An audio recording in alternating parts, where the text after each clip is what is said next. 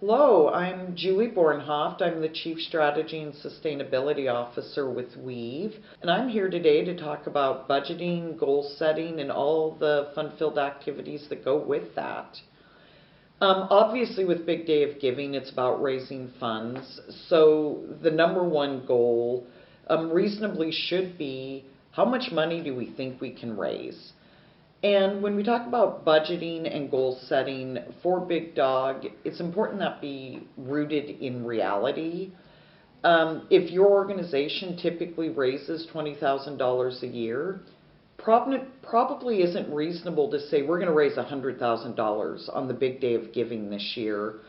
It's going back and understanding what your capacity is and how you can raise funds to further your mission.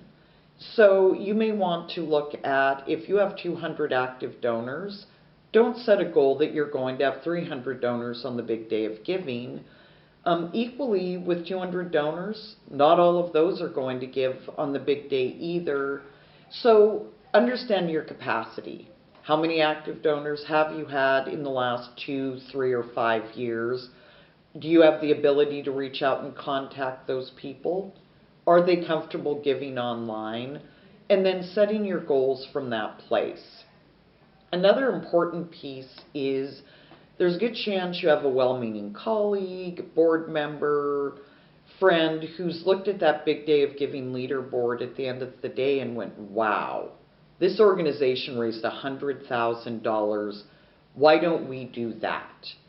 What's important to remember and to share with others is those organizations that are raising that much funds are putting work into that effort year-round. They're doing it very strategically, the same way you can do it strategically at your organization.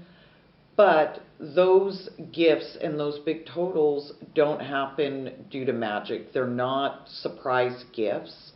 And so put the time into plan so that you can have a successful Big Day of Giving that's reasonable. So as we talk about goal setting beyond how much money can we raise, I'd strongly encourage you to really think about how do we build our capacity throughout the year to raise more money and to build our capacity to raise revenue in future years. And those goals aren't necessarily tied to money. It may be that we're going to grow how much we raised from Big Day of Giving by 5 or 10%. We want to increase the number of donors we have, and maybe that comes from investing resources into how do you build your email list? How do you get more social media followers? You may want to invest funds into boosting posts to get more people to follow your page, knowing you can leverage that on the Big Day of Giving and in future years. Another opportunity for goal setting is maybe this is how you want to do your board campaign.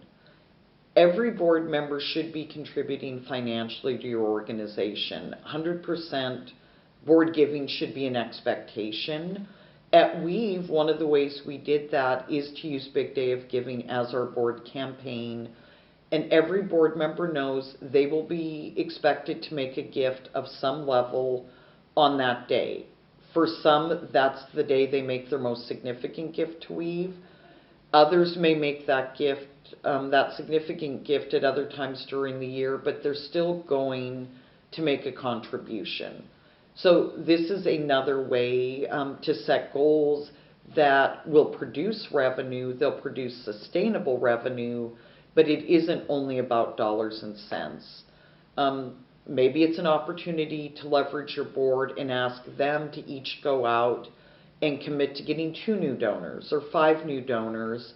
And again, it's just that ability to grow your impact, to improve your capacity for sustainable fundraising. So to be successful in fundraising, it goes back to it takes money to raise money. And this is just the reality. And so as you're setting your goals, you're setting your financial goals, your growth of donors or followers or supporter goals, you have to put resources into place to support that. And so there should be a budget.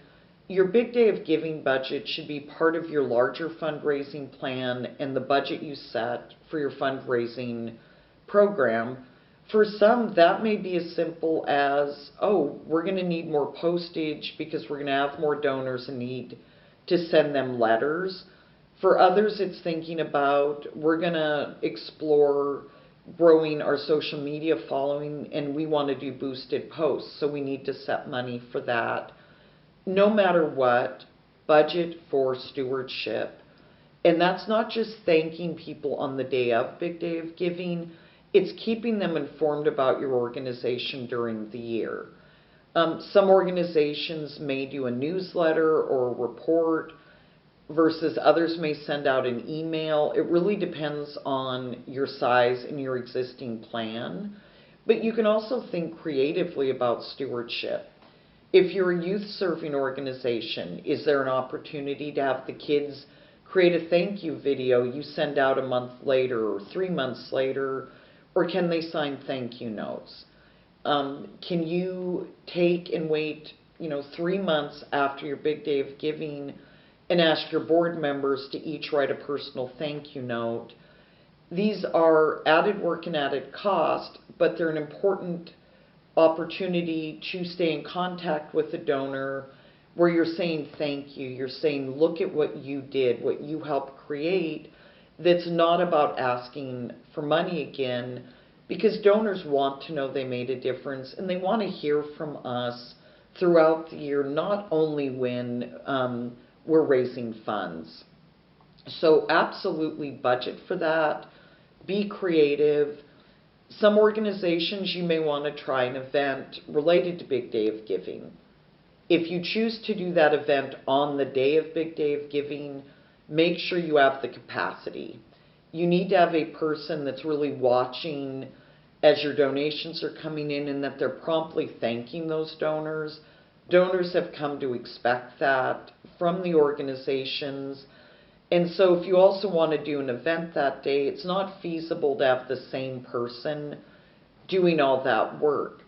You may want to consider doing an event or leveraging an existing event in advance of Big Day of Giving. Do you have something else going on where you could ask people to pre-schedule donations? Would be one way to do that. Or if you really want an event tied to Big Day of Giving, maybe there's a celebration reception a few days or a week or a month later to thank those donors. It is important when you talk about budgeting and we're talking resources, your time, the time of other employees, the time of your volunteers is one of those resources as well. And just like we have to have reasonable financial budgets, be reasonable when you budget for time and expectations. And just like when we set goals, we know that 100% of our prospects aren't going to give to any particular effort.